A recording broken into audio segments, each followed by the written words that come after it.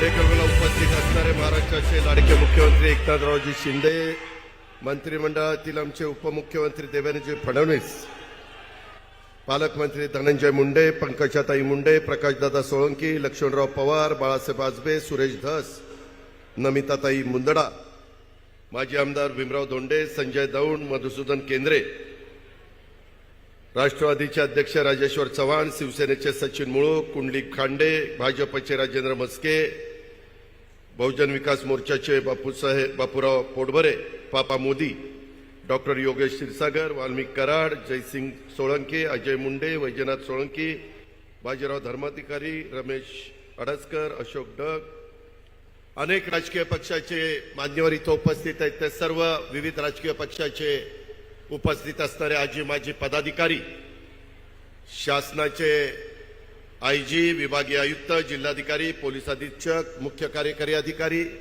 शासनाचा विविध खात्याचा उपस्थित असणारा अधिकारी वर्ग, माझ्या बीड जिल्ह्याच्या कानाकोपऱ्यातून आलेले सगळे लाभार्थी, सगळे प्रतिष्ठित नागरिक, ग्रामस्थ, पत्रकार मित्र, बंधू भगिनींनो आणि माझ्या तरुण मित्रांनो जरा उशीर झाला। खरं तर हा कार्यक्रम बऱ्याच दिवसापूर्वी होणार होता, पण सतत काही ना काही महत्वाचे कामं निघायची आणि त्याच्यामुळे कार्यक्रम पुढे ढकलला जायचा।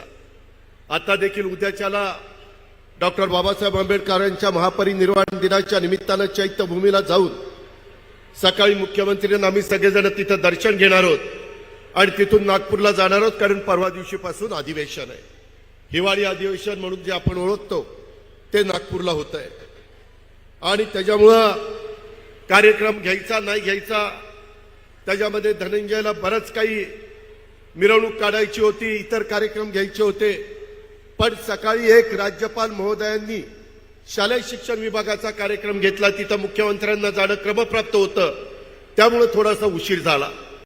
हवामान बदललंय, ह्या दिवसामध्ये कधी गारपीट पाऊस आपण डिसेंबरमध्ये बघितला नव्हता, परंतु ग्लोबल वॉर्मिंगचं संकट आलंय, चक्रीवादळ आलंय, आंध्र प्रदेश, तामिळनाडू, इथं तेलंगणा त्याचा झटका बसलेला आहे आणि त्याच्यामुळं राज्य सरकार ह्या सगळ्या गोष्टीची नोंद घेत आपल्या बळीराजाला मदत झाली पाहिजे अशा प्रकारची भूमिका आहे आणि त्याच्यातूनच एकनाथराव शिंदेंच्या मनामध्ये कल्पना आली, महायुतीच्या सरकारच्या मनात कल्पना आली, शासन आपल्या दारी, लोकांना हेलपाटे मारून द्यायचे नाही।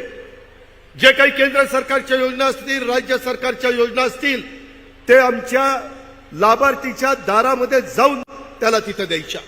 आत्ताही आपण त्याचा प्रात्यक्षिक त्या ठिकाणी बघितला, अनेकांना आपण लाभार्थ्यांना लाभ देण्याचा प्रयत्न केला, करोडो लोकांना आपण आतापर्यंत लाभ दिलाय। अजूनही महाराष्ट्रातल्या इतर जिल्ह्यामध्ये त्या ठिकाणी जायचंय।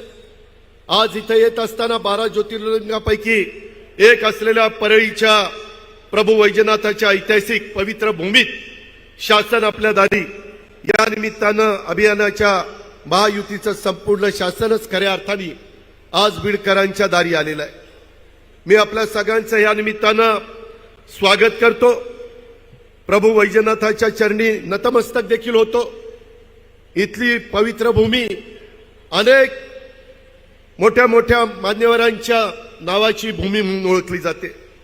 ही भूमी देवदैवतांची भूमी आहे, संत महात्म्यांची भूमी आहे, महापुरुषांची भूमी आहे, भगवान श्री कनकालेश्वरांची भूमी आहे, श्री खंडेश्वरीची, तसंच मन्मथ स्वामींची, विमलनाथांची अशा प्रकारची भूमी आहे।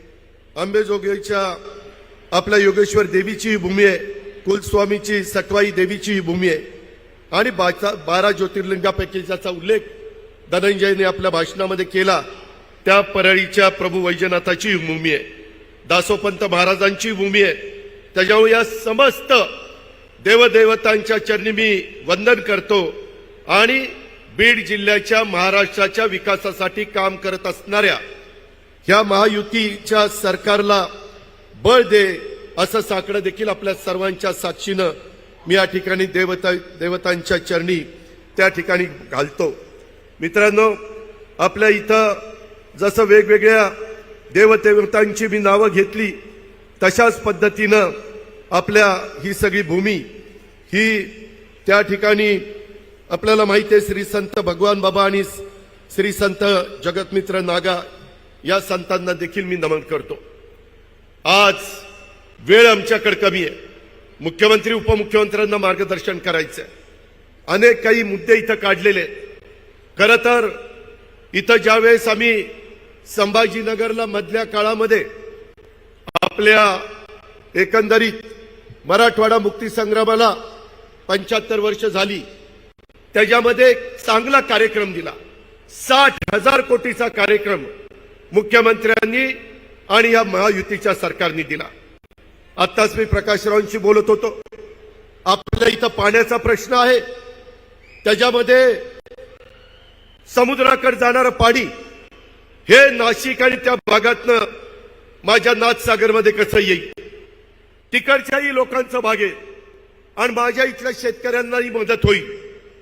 माझ्या इकडच्या भागातलं माजलगाव धरण असेल, इतर धरणं असतील, त्यालाही पाणी मिळेल, अशा प्रकारची योजना ह्या सरकारने आखलेली आहे। त्या योजनेला देखील मुख्यमंत्र्यांनी मान्यता दिलेली आहे। जलसंपदा मंत्री म्हणून देवेंद्रजींनी त्याच्यामध्ये लक्ष घातलेलं आहे। मित्रांनो, एकंदरीतच काम करत असताना आज तुम्ही व्यासपीठावर बघितलं असेल, थोडंसं वेगळं चित्र तुम्हाला पाहायला मिळतंय। मी आपल्याला सगळ्यांना सांगतो, ह्या निमित्तानं महाराष्ट्राला सांगतो, कुणीच राजकीय जीवनामध्ये कायमचं शत्रू नसतं, कायमचं मित्र नसतं, ही गोष्ट लक्षात घ्या। आपल्या इथे युगपुरुष छत्रपती शिवाजी महाराजांनी आपल्याला एक आदर्श आपल्या पुढे निर्माण केलेला आहे। शाहू फुले आंबेडकरांच्या विचारधारा घेऊन आम्ही सगळे पुढे चाललेलो आहे। इथं विचारधारा वेगवेगळ्यांच्या वेगवेगळ्या असतील, परंतु शेवटच्या माणसाला मदत झाली पाहिजे, इथला सर्वांगीण विकास झाला पाहिजे, सर्वसामान्य माणसाला वाटलं पाहिजे की हे शासन माझ्याकरता काम करत आहे। ही भूमिका एकनाथरावांच्या सतत मनामध्ये असते आणि त्या पद्धतीनं आम्ही पुढे जाण्याचा प्रयत्न करतो।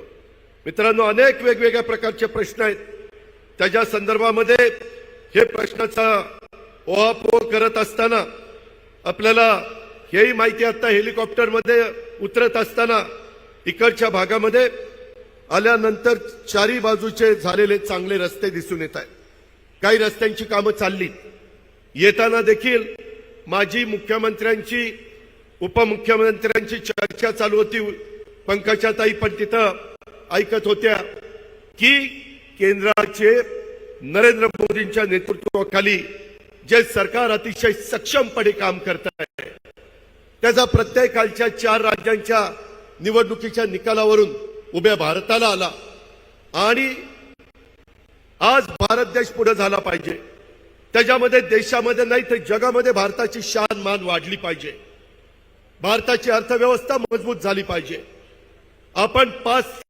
ट्रिलियन पर्यंत पोहोचलं पाहिजे, त्याच्यामध्ये महाराष्ट्र $1 ट्रिलियन असला पाहिजे, अशा प्रकारे आम्ही सगळेजण काम करतोय। त्याच्यामध्ये विरोधाला विरोध करून काही चालणार नाही आणि म्हणून राष्ट्रवादी काँग्रेस पक्षाने मधल्या काळामध्ये देशाचे नेते नरेंद्र मोदींच्या आपण भरभक्कम पाठिंबा दिला पाहिजे, अशा प्रकारचे नेतृत्व सारखं सारखं त्या ठिकाणी मिळत नाही आणि त्याच्यामुळं ह्या नेतृत्वाला आपण अधिक पाठबळ दिलं पाहिजे, ह्याच उद्देशाने आम्ही मधल्या काळामध्ये या सरकारमध्ये आलो। कधी कधी बातम्या येतात की यांच्यात मतभेद आहेत, विरोधकांच्याकडे आज कुठलाही मुद्दा राहिलेला नाही आणि त्याच्यामुळे काही पण बातम्या, काही पण कंड्या उठवण्याचं काम करतात। आम्ही सगळेजण अतिशय एकोप्याने सर्व जाती धर्माला कसं आपल्याला बरोबर घेऊन जाता येईल। आज महाराष्ट्रामध्ये त्या आपल्याला माहिती आहे, जाती जातीमध्ये वेगवेगळ्या मागण्या, सकल मराठा समाजाची आहे, माझ्या धनगर समाजाची आहे, माझ्या आदिवासी समाजाची आहे, माझ्या ओबीसी समाजाची आहे। जरूर डॉक्टर बाबासाहेब आंबेडकरांनी संविधानाच्या माध्यमातून हा अधिकार प्रत्येकाला दिलेला आहे। तुम्ही तुमच्या मागण्या रास्त पद्धतीनं कायदा हातामध्ये न घेता मागू शकता। सरकार म्हणून स्वतः एकनाथरावांनी त्याच्याबद्दलचा शब्द, ज्या दिवशी दसरा होता, दसऱ्याच्या सभेमध्ये मुंबई ही आपली सगळ्याची राजधानी, देशाची आर्थिक राजधानी तिथे दिलेला आहे, त्याच्याबद्दल कमिटी नेमलेली आहे, त्याच्याबद्दल अभ्यास चाललेला आहे, त्याच्यात कुठेही आम्ही दुर्लक्ष करत नाहीये। ही गोष्ट माझ्या परळीच्या शासन आपल्या दारी कार्यक्रमाच्या निमित्तानं तुम्हाला तर मला सांगायचंच, परंतु महाराष्ट्राला जनतेला पण सांगायचंय।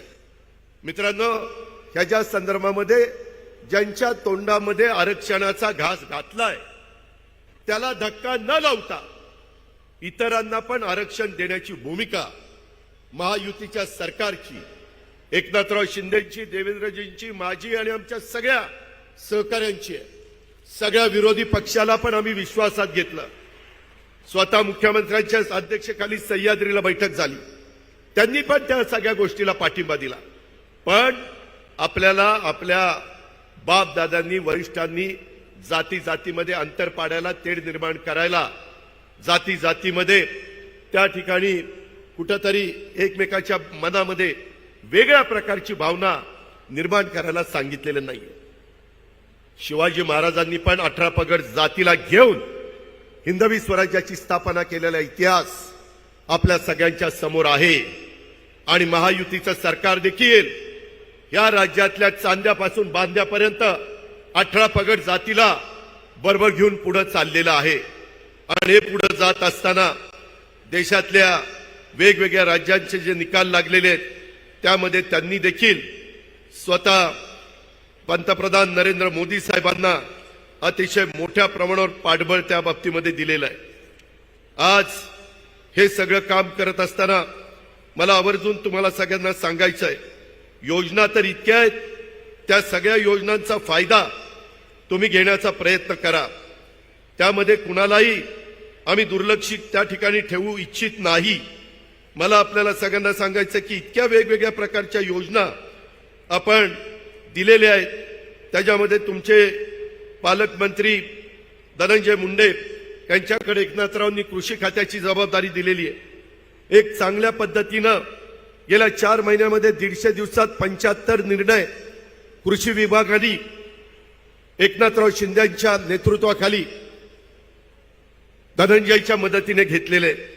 शेतकऱ्यांना कुठेही काही अडचण आली, कांद्याचा प्रश्न आला तरी आम्ही त्यांना तिकडं पियुष गोयल आणि बाकीच्या मान्यवरांच्याकडे आम्ही चांच्याकडे पाठवलं। दिल्लीला तिथं पीक विम्याच्या मुदतवाढीचा विषय असो, नेहमीच धनंजय आणि त्यांचे सगळे सहकारी आग्रही असतात। वर्षी आपण मोठ्या दुष्काळाला सामोरं जातोय।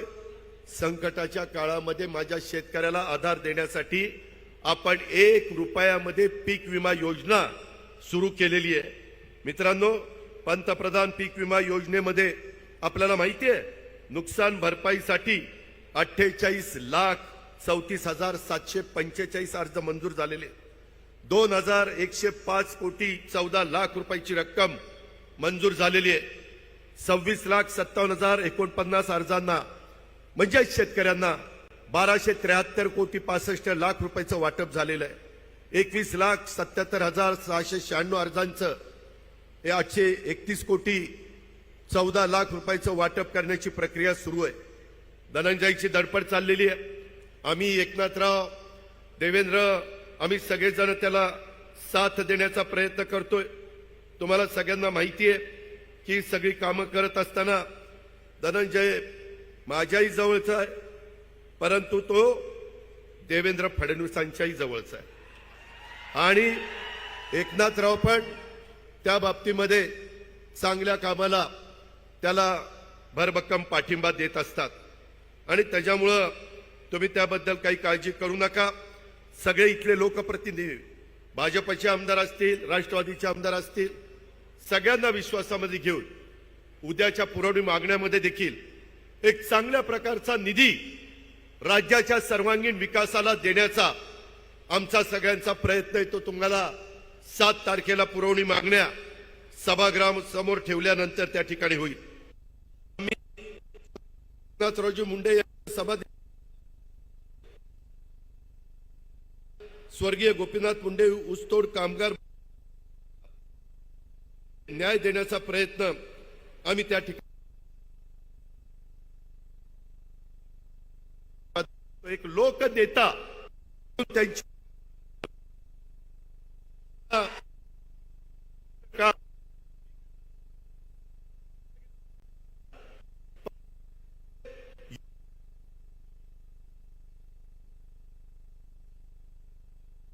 मित्रांनो,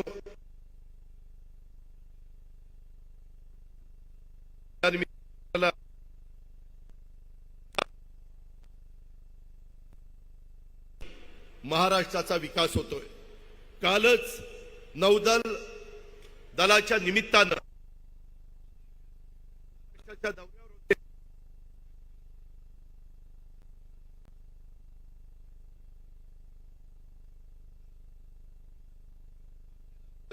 त्या ठिकाणी एक महाराजांचा पूर्णाकृती पुतळ्याचं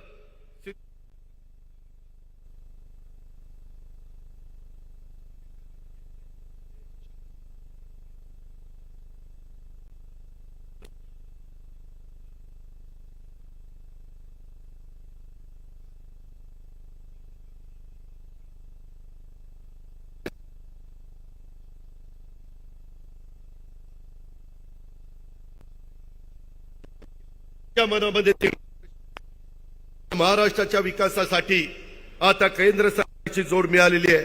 राज्याच्या विकासासाठी आवश्यक असणाऱ्या निधीची कोणतीच कमतरता आपल्याला भासणार नाही. परंतु आपण सगळ्यांनी एकोपा ठेवला पाहिजे. उद्याच्या येणाऱ्या लोकसभेच्या निवडणुकीच्या निमित्तानं तिसऱ्यांदा या देशाचं पंतप्रधान नरेंद्र मोदी साहेबांना करण्याकरता 48 पैकी कमीत कमी 45 जागा तरी निवडून आणण्याचं काम हे आपल्याला सगळ्यांना करायचं आहे. त्याकरता तुमच्या आशीर्वादाची गरज, त्याकरता तुमच्या भरभक्कम पाठिंब्याची गरज ही आम्हाला हवी आहे. ही पण अपेक्षा मी आजच्या निमित्तानं आपल्या सर्व सहकाऱ्यांना करतो आणि ज्यांना ज्यांना लाभ मिळालेला आहे त्या लाभाचा फायदा माझ्या सहकाऱ्यांनी अतिशय चांगल्या पद्धतीनं करून घ्यावा अशा प्रकारची अपेक्षा आज शासन आपल्या दारी आणि इतर विविध कार्यक्रमाच्या भूमिपूजनाच्या निमित्तानं इथं करतो. आज 286 कोटी रुपये आपण त्या ठिकाणी प्रभू वैजनाथाच्या सुधारित तीर्थक्षेत्र विकास आराखड्याला देतोय. माझी एवढीच विनंती आहे की जे हेरिटेज काम आहे दगडाला रंग मारू नका. जे दगडा ओरिजिनल असतो तशा पद्धतीने ते ठेवा. आत्ताच येताना आमची चर्चा झाली, पांडुरंगाचं विठ्ठलाचं पण तिथला जीर्णोद्धार करायचं आमच्या महायुतीच्या सरकारच्या मनामध्ये आहे. एकनाथराव म्हणले लवकरच आपण तेही काम सुरू करू. जिथं जिथं महत्वाची तीर्थस्थळं आहेत मग ती कुठल्याही जाती धर्माची असो तिथं भाविक जातात, तिथं सुविधा मिळाल्या पाहिजेत. अशा प्रकारचा संकल्प, अशा प्रकारचा निश्चय आम्ही सगळ्यांनी केलेला आहे. देश पातळीवर तशा प्रकारचं काम हे मोदी साहेबांनी उभं केलेलं आहे. तशा पद्धतीनं आपल्या राज्यामध्ये देखील आम्ही सगळेजण काम करू इच्छितोय. इतर देखील प्रश्न अतिशय तडफेडी सोडवण्याच्या करता आम्ही कुठं कमी पडणार नाही हा शब्द आपल्याला सगळ्यांना देतो आणि या ठिकाणी थांबतो. जय हिंद, जय महाराष्ट्र.